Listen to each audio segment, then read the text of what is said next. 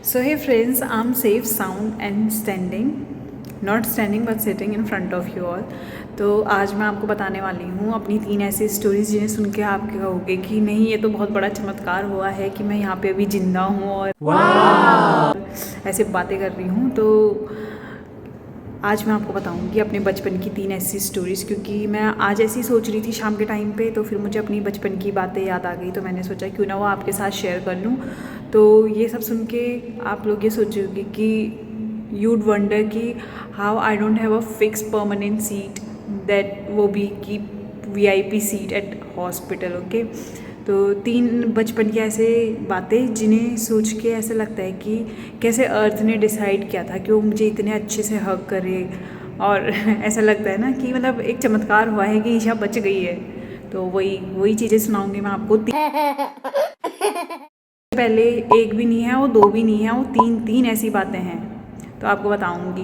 मैं बचपन में बहुत शरारती थी, इतनी ज़्यादा शरारती थी कि परेशान हो गए थे मेरे घर वाले। उन्होंने मुझे हॉस्टल भेज दिया बचपन में ही, 5th में नहीं मजाक कर रही हूँ, ऐसा नहीं था। उन्होंने मुझे हॉस्टल भेज दिया था, फिर उसके बाद अभी तक मैं हॉस्टल में ही हूँ।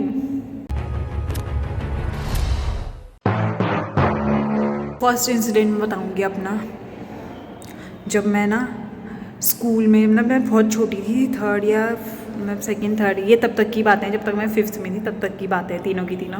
तो जब मैं छोटी थी तो मैंने ना डिसाइड किया, मैं स्कूल गई थी, मम्मी ने स्कूल भेजा था। तो बहुत छोटा सा, इतनी सी स्टेयर्स, मतलब थोड़ा सा ही गैप था, इधर से लेके और इधर तक का गैप था। इतने ही गैप में मैं कूद रही थी और हम खेल रहे थे कुछ बर्फ़ पानी ऐसा कुछ खेल रहे थे। तो थोड़ा सा कूदा और मैंने अपना हाथ ही तोड़ दिया। उसके बाद मेरा हाथ टूट गया था, और फिर मेरे हाथ पे मम्मी ने प्लास्टर लगवाने के लिए मार्केट लेके चली गई थी डॉक्टर के पास। फिर मेरे हाथ पे प्लास्टर लग गया था।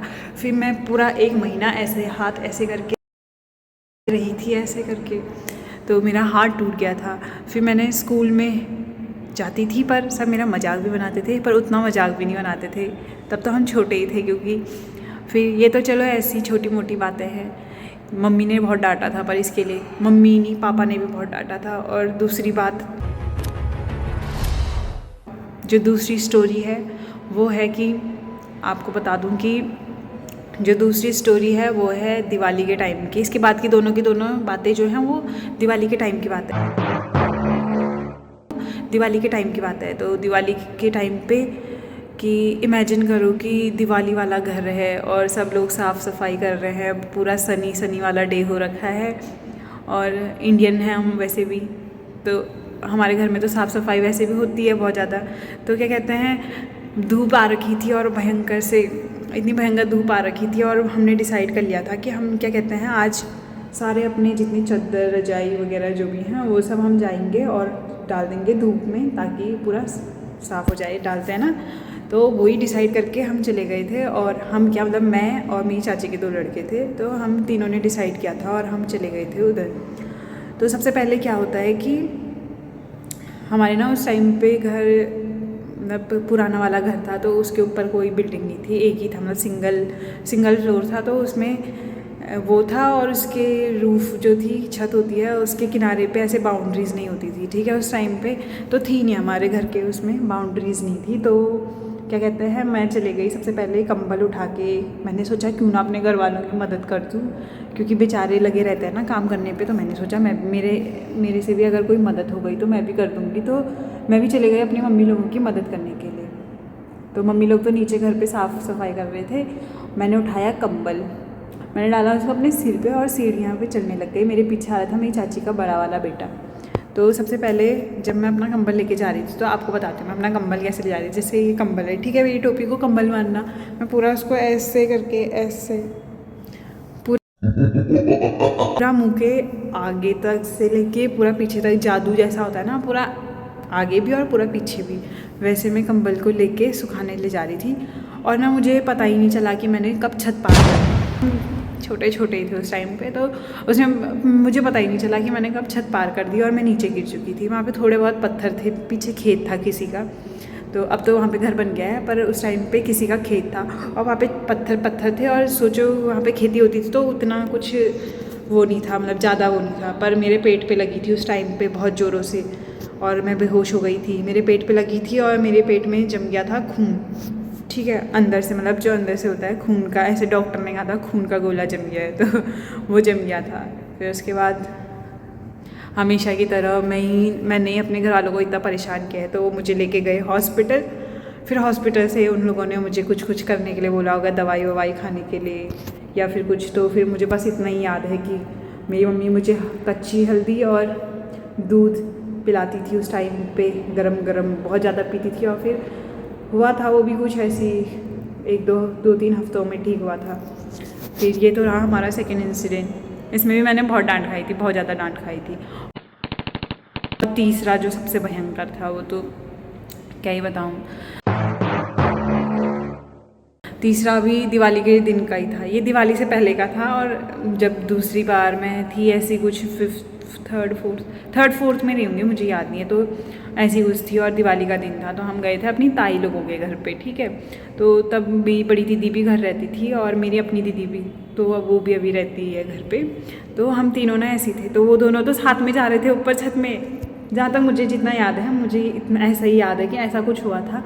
तो वो दोनों तो खुद छत में जा रहे थे और मुझे कह रहे थे तू नहीं आएगी। अब सोच सकते हो आप, मैं सबसे छोटी हूँ और वो लोग छत में जा रहे हैं और मैं ना जाऊँ, ऐसा कभी हो ही नहीं सकता। और वो भी बचपन में, जैसी मैं अब हूँ ऐसी तो मैं बचपन में इसके पूरे अपोजिट थी, मैं बहुत चालाक थी बचपन में। तो क्या कहते हैं, वो दोनों ऊपर जा रहे थे छत में, तो उन्होंने कहा तू पीछे से मत आ जाना, हमको फॉलो मत करना। तो मैंने कहा चलो इनको जाने देती हूँ, फिर उसके बाद जाऊँगी, देखती हूँ क्या होता है। तो वो दोनों तो उन्होंने छत कर ली और सीढ़ियों पे भी कोई वो नहीं थी उस टाइम पे, रेलिंग्स वगैरह कुछ नहीं होती थी, बाउंड्रीज वगैरह। तो मैं भी चली गई छत, सेकंड थर्ड सीढ़ी पे थी मैं, स्टेयर्स पे, सेकंड या थर्ड लास्ट कह रही हूँ, ठीक है, उस स्टेयर्स पे थी। तब तक लाइट चली गई और मैं तो तब छोटी थी, पता नहीं 2-3 में पढ़ती होंगी शायद, और मेरा हो गया डिसबैलेंस और मैं पड़ गई सबसे ऊपर वाली से सबसे नीचे। और उनका जो आंगन होता है वो था उस समय उसका सीमेंट का, और पत्थर भी थे शायद वहाँ पे, और मेरे सिर पे लग गई। मैं बेहोश हो गई वहाँ पे।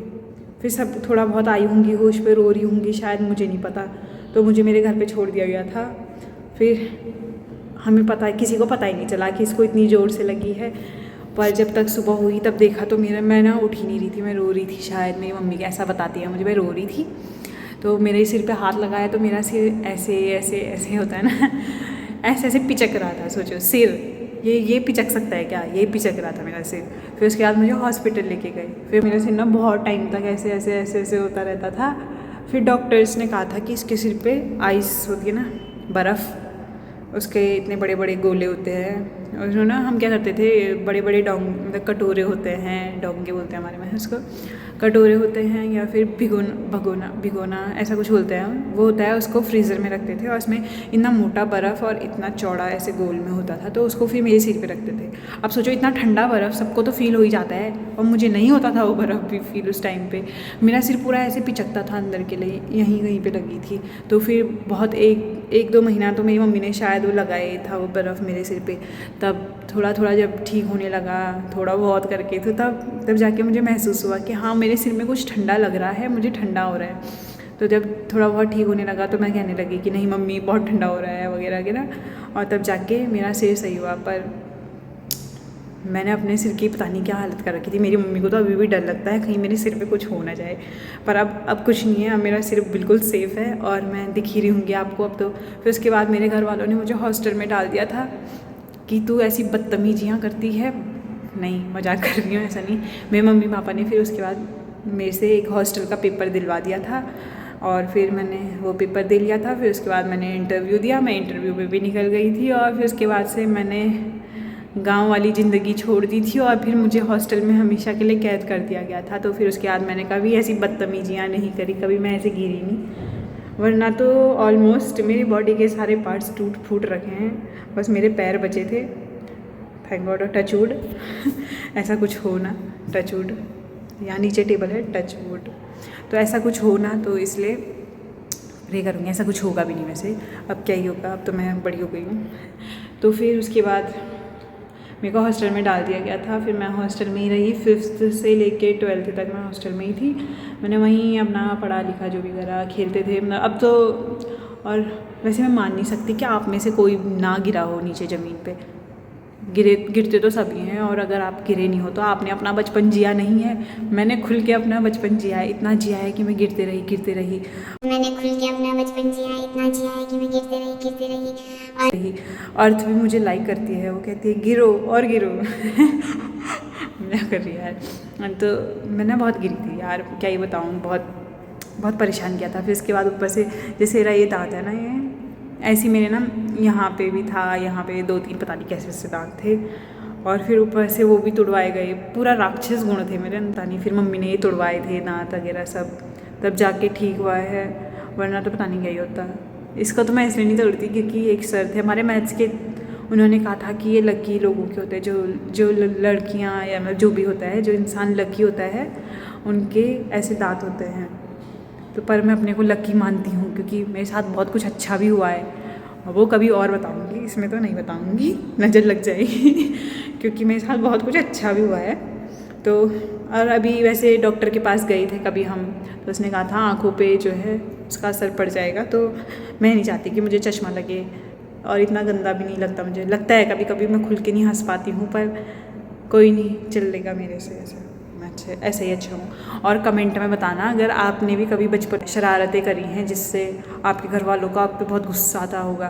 पहले तो मैं बहुत अजीब सी थी, चिंचड़ी टाइप की थी, अच्छी पता नहीं कैसी थी। अब तो मैं सोचती हूँ अगर मैं हॉस्टल नहीं आई होती और अगर मैं अभी घर पे ही होती, गांव में होती, तो मैं कैसी होती।